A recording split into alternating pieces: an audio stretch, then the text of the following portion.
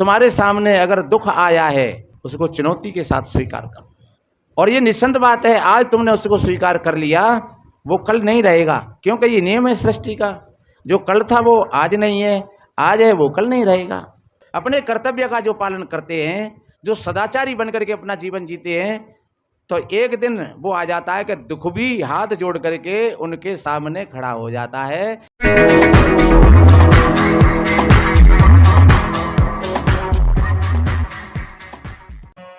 मंगल में मंगल करन, मंगल रूप कबीर,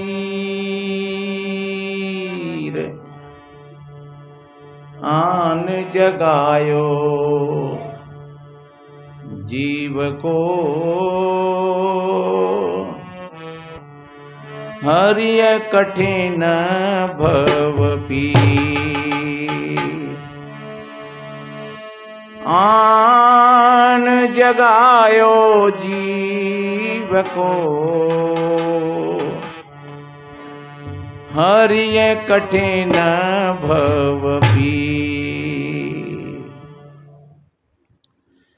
विश्व वंदनीय संत सम्राट सदगुरु कबीर देव मुदमंगल में श्रद्धेय संत समाज, सभी धर्म प्रेमी सज्जन, शक्ति स्वरूपाएं माताएं और बहन, वसुंधरा की गोद में खेलने वाले नन्हे मुन्ने प्यारे प्यारे बच्चे एवं बच्चियां, सभी को वंदन अभिनंदन करते हुए थोड़ा निवेदन करें। पहले कुछ सेवा है आश्रम के लिए, वो इस तरह से है। 200 रुपया अनीता देवी, महात्मानंद की बगीची, धौलपुर। 500 रुपया तुषार कुंवर, ब्यावर, जिला पाली, राजस्थान। 500 रुपया मोहनदास बिंद्रावन, मथुरा, यूपी। 500 रुपया प्राणनाथ, जिला शिवपुरी, पिछोर। 200 रुपया राकेश, हनुमानपुरा, धौलपुर। 500 रुपया राजकुमार, ग्राम बत्रा, जिला फिरोजाबाद, यूपी। 500 रुपया ये हमारे महात्मा रूमन दास जो इसी आश्रम से हैं। 500 रुपया प्रीति देवी। 200 रुपया के 2 बल्ब लाई मीना देवी जो जगदम्बा बिहार कॉलोनी में, और जो सेवा करती रहती हैं बेचारी हैं, तो ये सेवा करती हैं और गरीब हैं, खूब मेहनत मजदूरी करके, और फिर भी यहाँ सेवा दे जाती हैं। 100 रुपया राजवती चरण कॉलोनी, धौलपुर। 100 रुपया 25 किलो गेहूँ सरदार सिंह चौकट्टा का पुरा, मुरैना, मध्य प्रदेश।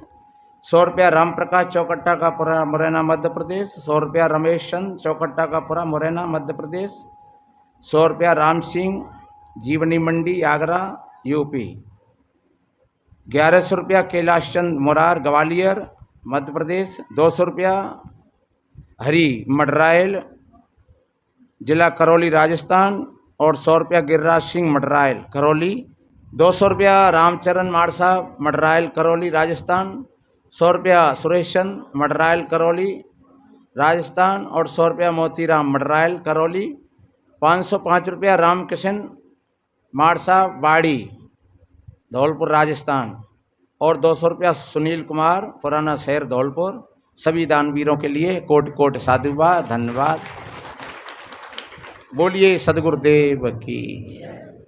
सभी दानवीरों के लिए सदगुरु संतों की तरफ से शुभ मंगल कामनाएं। आप बहुत काफ़ी देर से संतों की वाणियों को आपने सुना। संत वर्तमान में जीवन जीने की कला बताते हैं कि वर्तमान में हमें किस तरीक़ा से जीना चाहिए, और जो वर्तमान में जीने की कला जिन पर आ जाती है उनका भविष्य अपने आप आगे के लिए बनता चला जाता है। अगर आज का बढ़िया है आपका, तो कल बढ़िया आएगा, अच्छा आएगा। और आज का अगर बिगड़ गया तो कल का और बिगड़ जाएगा। इसलिए संतों ने कहा है कि वर्तमान में जीने की कला सीखो। और ये सिद्धांत है मानवतावादी कि जियो और जीने दो।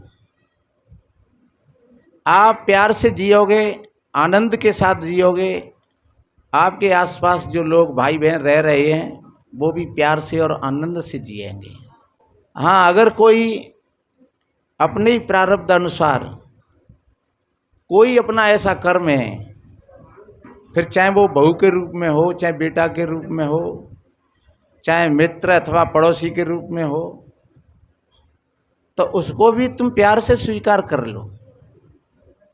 अगर बहू गलत व्यवहार करती है तुम्हारे साथ में तो उसको स्वीकार कर लो। अगर बेटा बात नहीं मानता है उसको स्वीकार कर लो, चलो ठीक है, ऐसा ही ठीक है, ऐसा ही होना था। अगर तुम उसको स्वीकार नहीं करोगे, जैसे कल परसों ये 2-3 दिन हम ये ग्राम नौने रहा है गोद क्षेत्र में, और इतनी गर्मी थी, विशाल गर्मी थी, और शाम को वर्षा हो गई। 13 तारीख की शाम को वर्षा हो गई, लट्ठा वट्ठा टूट गई, लाइट नहीं आई, इतनी विशाल गर्मी, हाय तैया मच रही लोगों में। और जिन्होंने उसको स्वीकार कर लिया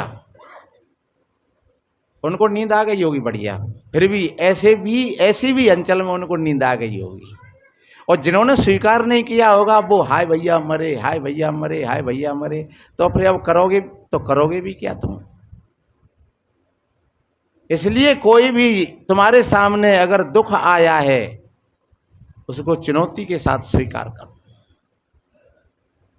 और ये निस्संत बात है, आज तुमने उसको स्वीकार कर लिया, वो कल नहीं रहेगा, क्योंकि ये नियम है सृष्टि का। जो कल था वो आज नहीं है, आज है वो कल नहीं रहेगा। एक भजन गाते नहीं महात्मा लोग, सदा दिन जातन एक समान। एक दिन राजा हरिश्चंद्र घर कंचन भरी खजान, और एक दिन जा काशी में बिक गए और मरघट गए निशान। एक दिन तो वो राजा थे और एक दिन बेटा और बहू के साथ जाकर के वो काशी में बिक गए, और फिर एक दिन धर्म का ध्वजा उनका सीधा हो गया। एक दिन राजा राम की शादी होकर के आई, बड़ा मंगलाचरण हो रहा, और फिर वनवास लग गया, अयोध्या में हाहाकार मच रही। और फिर कुछ समय के बाद में फिर राम जी लौट करके आए और फिर वही सारे के सारे काम हुए। इसलिए जीवन से कभी हार नहीं मानना चाहिए और अपने कर्तव्य का पालन हमेशा करना चाहिए। अपने कर्तव्य का जो पालन करते हैं, जो सदाचारी बनकर के अपना जीवन जीते हैं, तो एक दिन वो आ जाता है कि दुख भी हाथ जोड़ करके उनके सामने खड़ा हो जाता है और वो कहेगा कि अब तुम जीत गए और हम हार गए। इसलिए कभी भी भयभीत नहीं होना चाहिए। और एक बात बताएं, जीवन में कभी भी ऐसा संकट आए तो उसको अपने जीवन की परीक्षा मान लेना चाहिए कि जी हमारी परीक्षा हो रही है। और कोई भी विद्यार्थी अगर परीक्षा से भयभीत हो गया तो फिर वो पास कैसे होगा? जो अच्छे विद्यार्थी हैं उस परीक्षा को सहे दिल से वो स्वीकार करते हैं, और जो सहे दिल से स्वीकार करते हैं वो अच्छे नंबर लाते हैं, वो टॉप पर जाते हैं। और जो घबरा जाते हैं पहले ही, जिनकी बीपी हाई हो जाते हैं पहले ही, जो भोजन पानी को छोड़ देते हैं पहले ही कि अब क्या होगा, तो वो अपने परमार्थ पथ से और हार जाते हैं। यहाँ संत महात्मा आपके सोए हुए मनोबल को जगाते हैं कि आप निर्धना नहीं हो, कंगला नहीं हो, आप गरीबटा नहीं हो। जो भगवान राम के पास था कुछ, जो कृष्ण के पास था कुछ, जो मीरा मंदालसा के पास था कुछ, जो कबीर और बुद्ध के पास था कुछ, वो सब कुछ तुम्हारे पास है पूरा का पूरा। जिनके हम नाम लेते हैं, जिनके हम गीत गाते हैं, जिनकी मंदिरों में जाकर के पूजा करते हैं, प्रार्थना करते हैं, और वो सब कुछ तुम्हारे पास है। थोड़ा धैर्य बनाइए। उन्होंने क्या किया इस बात को हम भूल जाते हैं। कृष्ण जी का जन्म हुआ तो जन्म लेते ही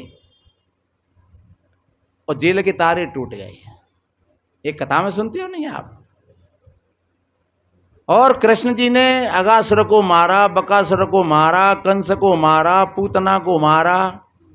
हम रोज सुनते हैं और हम चले आते हैं कि पंडित जी ने बड़ी अच्छी कथा सुनाई।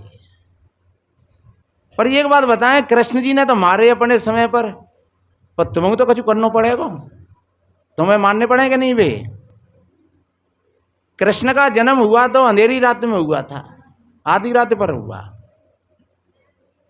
जब आधी रात पर उनका जन्म हुआ तो सारे के सारे पहरेदार सो गए और जेल के ताले खुल गए। और ध्यान रखो, जब सूर्य नारायण निकलते हैं तो अंधेरे में से निकलते हैं, और जब व्यक्ति के अंदर में ज्ञान होता है तो वो अज्ञान में ही ज्ञान का उद्भव होता है। ज्ञान रूपी सूर्य और अंधेरे में से निकलता है, और जब वो ज्ञान रूपी सूर्य निकलेगा तो ध्यान रखो, फिर तुम्हारे भी जो तुम जेल में पड़े हुए हो, नाना तरह के दुख संकटों में पड़े हुए हो, तो निश्चित रूप से तुम्हारे भी वो सारे के सारे ताले टूट जाएंगे। और जो पहरेदार जो हमें घेर घेर करके जेल में ले जा रहे, वो कौन है? वे पहरेदार वो हमारे अंदर के विकार ही तो पहरेदार हैं। काम है, क्रोध है, लोभ है, मोह है, मद है, ये अहंकार है।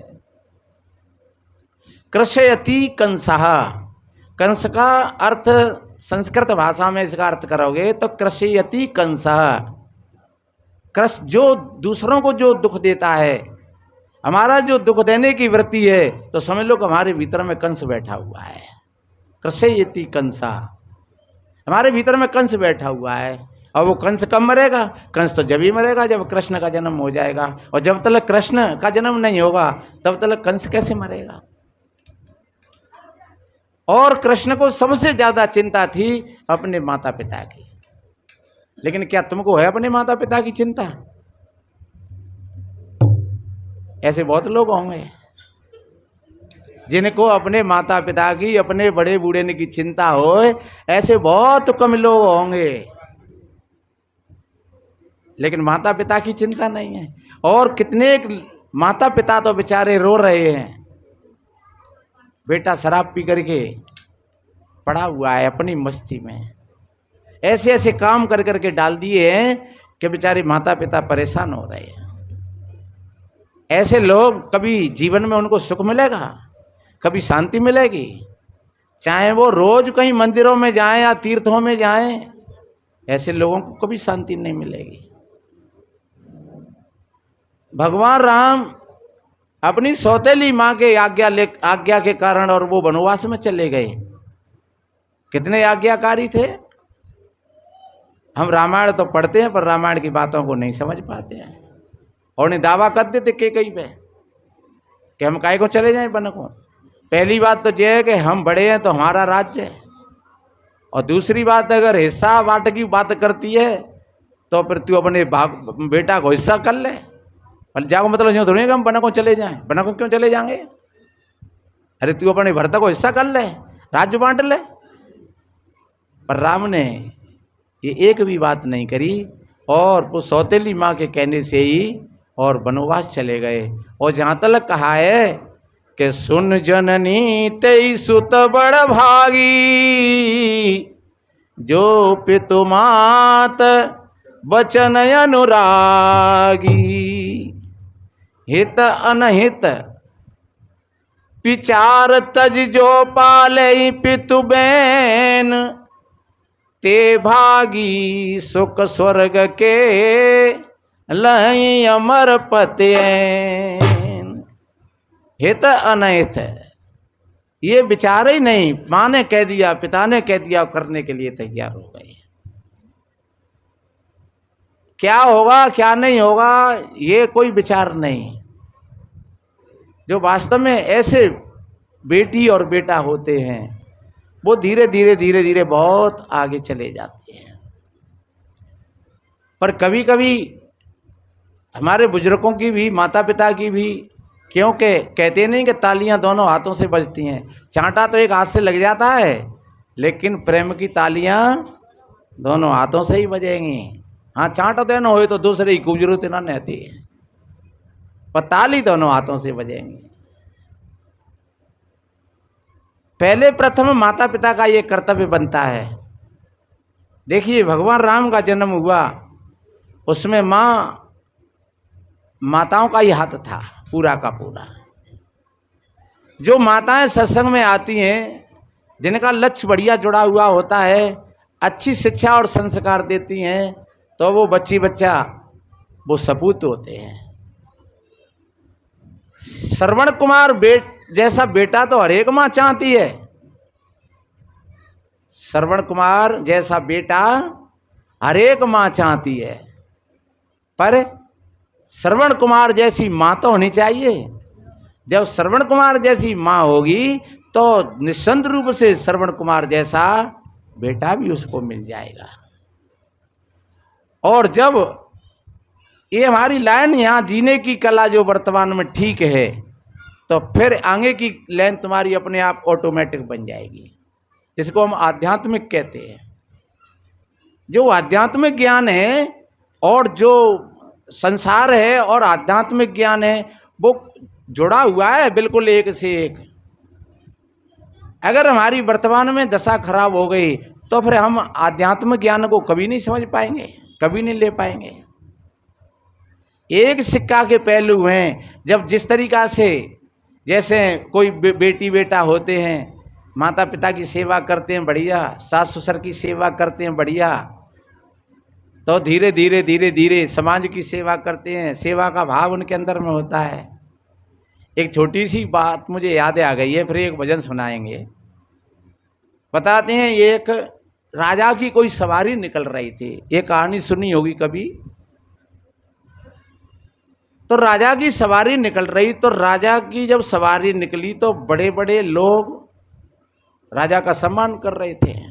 कोई फूल माला से, कोई पैसा से, सोने चांदी से, कोई मुकुट पहना करके, कोई साफा पहना करके। लेकिन ये गरीब माँ का बेटा था और वो छोटा था, और जब जब वो राजा की तरफ जाए तो लोग उसको पीछे करते हैं, है हट पीछे पे तक, हट जा, तू कहाँ जा रहे हो है। बेचारो खूब उसने प्रयास किया, पर वो राजा के पास नहीं पहुंच पाया। आखिर से हताश होकर के और अपनी माँ के पास आया और कहने लगा, माता जी आंखें सजल हो रही थीं, माँ हाथ फेर रही थी, बेटा बात क्या है, क्यों रो रहा है तू। बोले माता जी बात कुछ नहीं है, लेकिन जब राजा की सवारी निकल रही थी, और ये राजा तो सबके होते हैं, और हमने बहुत प्रयास किया राजा जी से मिलने का, लेकिन जो बड़े बड़े लोगों ने हमको वहां तक पहुंचने ही नहीं दिया। हम जाते प्रयास करते तो लोग धक्का मार के हमको पीछे कर देते, हट इधर हट, तू कहाँ जा रहा है। तो क्या माता जी हम लोग क्या ऐसे राजा महाराजों से कभी नहीं मिल पाएंगे। माँ ने कही नहीं बेटा, तुम छोटे हो। तो छोटे और बड़े क्या, हमारी भी तो जिज्ञासा थी, और जब जिज्ञासा थी तो लोगों ने हमारी जिज्ञासा को पूरा नहीं होने दिया। जब ज्यादा हट कर गया तो माँ ने कहा बेटा अगर तुझे मिलना ही है तो फिर अब मैं तुझको बताऊंगी तजर्बा, क्योंकि गुरुनाम गुरु माता, पहली गुरु माँ होती है, चाहे तो वो एक अच्छे मार्ग से उसको ले जाए और चाहे कहीं गलत मार्ग पर पहुंचा दे। और माँ की बात पर अधिक विश्वास होता है बच्चे को, चाहे बच्चा हो चाहे बच्ची हो। वो माँ के सामने और किसी को जानता भी नहीं है अभी। तो माँ ने कहा कि बेटा एक राजा का महल बन रहा है बहुत अच्छा, और तुम वहां पर चले जाओ और वहां तुम जाकर के सेवा करो। सेवा करो 1 दिन 2 दिन 4 दिन 10 दिन, और जब तुमको कोई पूछे कि तू कहाँ से आया है तो तू बता देना, मेरा नाम बता देना कि मैं उस माँ का बेटा हूँ।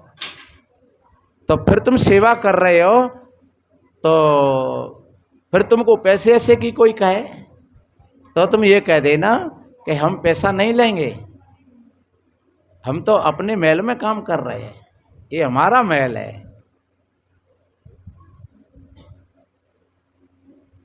और जब भी लोग पूछें कि तेरा महल नहीं है, ये तो राजा का महल है, तो फिर तुम बोल देना तो क्या राजा हमारे नहीं है?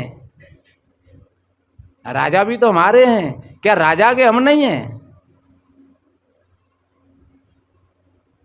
तो वो लोग मजबूर हो जाएंगे और फिर धीरे धीरे तू राजा तलक पहुंच जाएगा। माँ ने ऐसी रास्ता पकड़ाई उसको, क्या वो जाकर के जहां काम चल रहा था और जाकर के वहां वो काम में लग गया।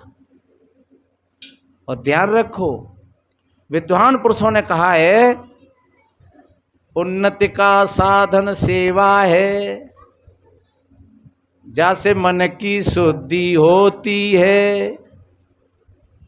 परलोभी मोही अभिमानी, सेवक पद पाना क्या जाने। सदगुरु जो ज्ञान बताते हैं, इसको सब कोई क्या जाने।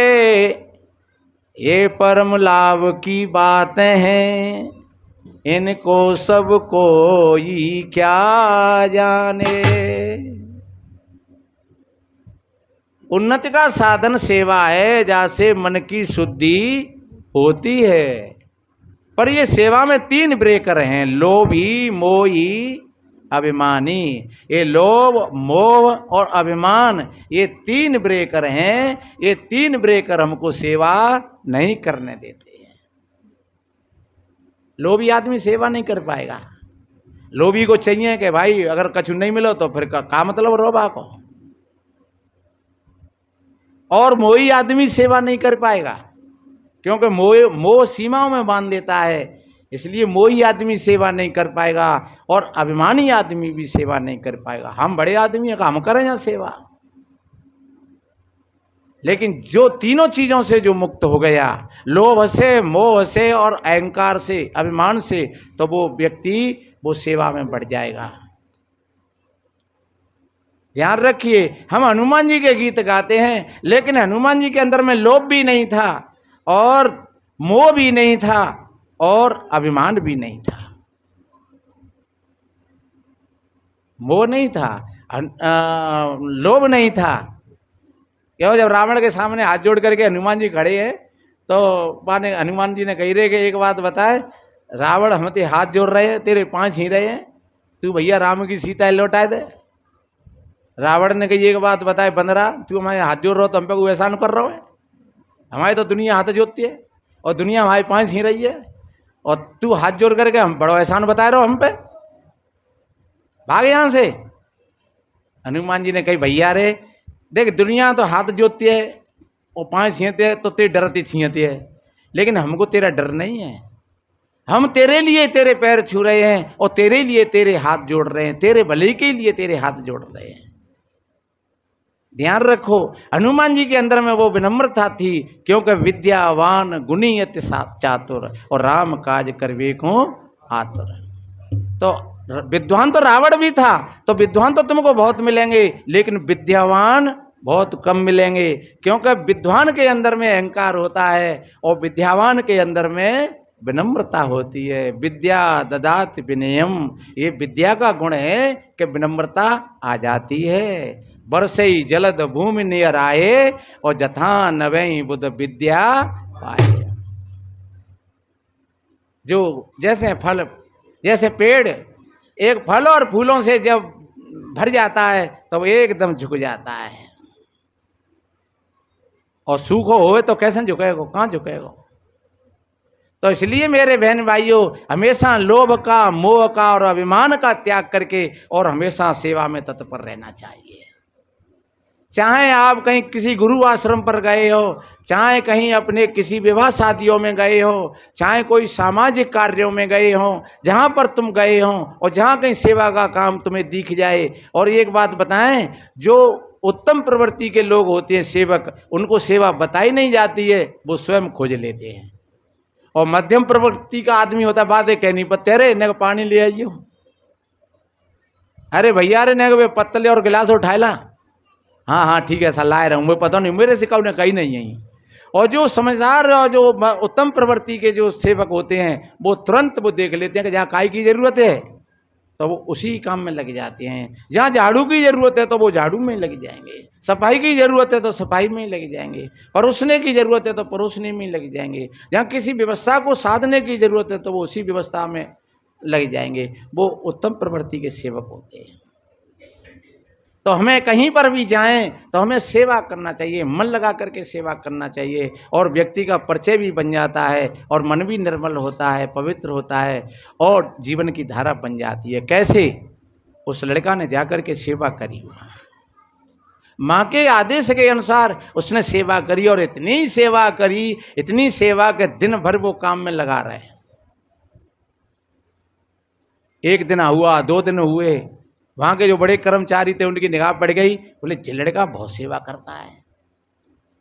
और जब वो हाजिरी लगाते और पैसा बांटते तो वो कहीं इधर उधर हो जाता। तो 1 दिन बीता, 2 दिन बीते, 4 दिन बीते, 6 दिन बीते। एक दिन उस मुनीम ने उसी पर निगाह बना करके रखी, और जब वो बाहर हुआ शाम की समय, तो मुनीम ने कहा, ए इधर आ, कहाँ जा रहे हो तुम बहुत ज्यादा सेवा करते हो, बहुत काम करते हो तुम तो। कितने दिन हो गए तुम्हारे, कितने पैसे हो गए तुम्हारे? बोले भैया पैसा नहीं लेते हम। क्यों पैसा क्यों नहीं लेगा? तूने सेवा नहीं की है। हाँ तो सेवा करिए, तो हमने कहा और की थोड़ी ही करिए, अपनी करिए। अपनी क्यों है? ये राजा का महल है। हाँ तो राजा का महल है तो हमारा महल है, कि तेरा कैसे हो जाएगा? तो क्या राजा हमारे नहीं है? हाँ कि राजा तो हमारे हैं, तुम्हारे हैं। तो क्या हम राजा के नहीं है? क्या तुम भी राजा के हो? तो जब राजा हमारे हैं और हम राजा के हैं तो फिर महल हमारा नहीं है? भाई जब महल हमारा है तो फिर हम पैसा काहे को लें? मंत्री ने अपना कान पकड़ा के, ये तो लड़का बड़ा मेहनती और बड़ा विवेकी है। दूसरे तीसरे दिन राजा आए तो राजा ने भी देखा निगाह डाल करके, तो वो लड़का बहुत तीव्रता से काम कर रहा था। राजा ने कहा, मंत्री ये लड़का कहाँ का है, कैसे है? ये तो बहुत काम कर रहा है, क्या इसको पैसे ज्यादा देते हो कि नहीं तुम? बोले महाराज तुम ज्यादा नहीं बात कर रहे हो, बिल्कुल ना लेते ही। क्यों? कि वो ये कहता है महाराज बड़ा अजीब ही बात करता है। जब मैंने कहा था उसको रोक करके, तब उसने कहा कि भैया हम पैसा नहीं लेंगे, ये हमारा ही तो महल बन रहा है। तो मैंने कहा ये तेरा महल नहीं है, ये राजा का महल है। तो क्या राजा हमारे नहीं है? मैंने कहा हाँ राजा तो हमारे ही हैं। तो क्या हम राजा के नहीं हैं? क्या हाँ हम भी राजा के ही हैं। तो हम राजा के हैं, राजा हमारे हैं, तो फिर क्या महल हमारा नहीं है? हाँ कि महल भी हमारा ही है फिर तो महाराज उसने अपनी तरकों से मेरी जुबान बंद कर दी। राजा ने कहा तो ठीक है, ये काम हो जाए तो इसको हमारे पास लेकर के आना। जब राजा ने उस लड़के की इतनी ईमानदारी समझी, तब तो फिर कहा कि तुम अब तो हमारे साथ रहा करो। अब लड़का राजा के साथ रहने लगा, बढ़िया अच्छा खाना पीना और बढ़िया रहन सहन और बढ़िया ईमानदार। और जो वास्तव में जो ईमानदार और बढ़िया अच्छा व्यक्ति होता है वो विश्वास का पात्र बन जाता है पूरा का पूरा। जब ऐसा समर्पण भाव होता है तो सज्जनों वो व्यक्ति उसी का हो जाता है। राजा सेवा करते अपनी ईमानदारी से और सेवा के भाव से उसने राजा के दिल को जीत लिया। और बताते हैं राजा के एक लड़की थी और कोई नहीं था। तो कोई वक्त ऐसा आया, कहानी तो बड़ी है, कोई वक्त ऐसा आया कि बहुत समय रहते रहते और वो राजकाज को संभालने लगा राजा के साथ में रहते हुए। और संभालते संभालते जब एक वक्त आया तो राजा ने कहा अपनी रानी से कि अब हम वृद्ध होने के लिए जा रहे हैं, बेटी भी हमारी सियानी है, अब और हम कहाँ जाएं? और ये लड़का बहुत बढ़िया है और इस लड़का को ही हम अपनी बेटी की शादी करके और हम क्यों नहीं इसी को राजा बना दें। उस राजा ने उस लड़का की अपनी बेटी की शादी करके और उसको सिंहासन पर बिठा करके तिलक कर दिया। और जब उस खुशी में फिर जब हाथी पर बैठ करके वो निकला, आगे बाजे बज रहे हैं, पीछे बाजे बज रहे हैं, हजारों लोग आगे पीछे हैं। अब उसको बार बार वो ख्याल आता है कि एक दिन तो वो था कि राजा के पास मुझको लोग नहीं जाने दे रहे थे और आज मैं स्वयं राजा बनकर के हाथी पर बैठ गया। धन्य माँ की शक्ति, माँ का आशीर्वाद। और जब बताते हैं जब वहीं पर आया फिर करके तो माँ बैठी, वो हौदा से कूद करके हाथी से और आया, माँ के पैर छुए, माँ ने सिर पर हाथ फेरा, कहा धन्य माँ तेरे आशीर्वाद से। और मैं एक दिन तो वो था कि मुझको कोई लोग मिलने नहीं दे रहे थे और आज मैं उस जगह पर पहुंच गया। ये माँ की शक्ति थी, माँ के वचनों की शक्ति थी और वो राजा बन गया। तुम भी इसी तरीका से अगर तन से मन से धन से और कहीं सेवा में अपना मन लगा रहे, चाहे तुम अपने परिवार में हो, चाहे कहीं समाज में हो, चाहे कहीं जहाँ जा रहे हो, और वहीं पर तुम बड़ी श्रद्धा और ईमानदारी से तुम अपना काम करोगे तो धीरे धीरे धीरे धीरे तुम दुनिया के नहीं तो तुम अपने राजा तो बनी जाओगे। वहाँ में कोई हस्तक्षेप नहीं है। हमारे यहाँ एक शब्द है स्वामी। स्वामी का अर्थ क्या होता है? स्वधनयामी। जिसने अपने आप पर अनुशासन कर लिया, अपने मन और इंद्रियों पर अनुशासन कर लिया और जो कर्तव्य परायणता के साथ अपना जीवन जीता है वो स्वामी बन जाता है, वो साहिब बन जाता है। साहिब और स्वामी एक ही हैं। आत्मा और परमात्मा, जीव आत्मा, ब्रह्म, जो कुछ हम कहें शब्दन में, वो अलग अलग नहीं है। एक महात्मा भजन गाय रहे पहले, सुगर जल भरेला पनियारी, तेरे खड़े द्वार पे संत सुगर जल भरेला पनियारी। अरे ये मानव शरीर ही तो ये दरवाजा है मुक्ति का है, और पनियारी को है जी हमारी इच्छा ही तो पनियारी है। और ये इच्छा हमको संसार में ले गई है, ये संसार में ले गई है। तो संसार के पानी से यानी भोग रूपी पानी से जी प्यास ना बुझ रही। कितना पिया, पीते पीते भोग रूपी पानी को, और जाने कितनी बार जन्मे, कितनी बार मर गए। तब किसी संत महापुरुष ने कहा, ये दरवाजे पर संत खड़े हैं, तू सुगर जल है। अरे ये वासना को जल नहीं, ये भोगों का जल नहीं, ये गंदा और मैला जल नहीं, सुगर जल भरेला पनिहारी। और पनिहारी है ये इच्छा। जब तुम्हारी इच्छा जो संसार में जाती है तो वो फिर गंदी चीजों को ढो ढो करके लाती है। और जब तुम्हारी इच्छा अंतर्मुख हो जाती है तो तुम्हारी इच्छा तुम्हारे राम तक पहुंचा देती है, तुम्हारे परमात्मा से मिला देती है। और तुम जब तुम्हारी इच्छा तुम्हारे अपने तक ले आएगी तो वहाँ आगे भजन में एक अलंकार शब्दों का प्रयोग किया है कि वहाँ ना धरती है, न आकाश है, ना वहाँ पवन है, न पानी है। अरे पवन है, पानी है, धरती है, आकाश है, ये तो प्रकृति की सामग्री है, वो परमात्मा में नहीं है, वो तुम्हारे में नहीं है। जब इच्छा लौट करके अपने में आ जाए, आप आंख बंद करके बैठ जाइए और आ जाइए तुम अपने भीतर में लौट करके। और जब भीतर में तुम लौट करके आ जाओगे, एक क्षण ऐसा आएगा कि तुम्हारा मन भी शांत हो जाएगा और बस मन तक ही संसार है। जब आपका मन शांत हो गया, बस यहाँ से आगे की जो यात्रा है वो आपकी यात्रा परमात्मा की यात्रा है, आत्मा की यात्रा है, चेतना की यात्रा है, वो मौन की यात्रा है, वो वाणी की यात्रा नहीं है, फिर शब्दों की यात्रा नहीं है, फिर वो कोई जमीन की यात्रा नहीं है, फिर वो अपने स्वयं की यात्रा है।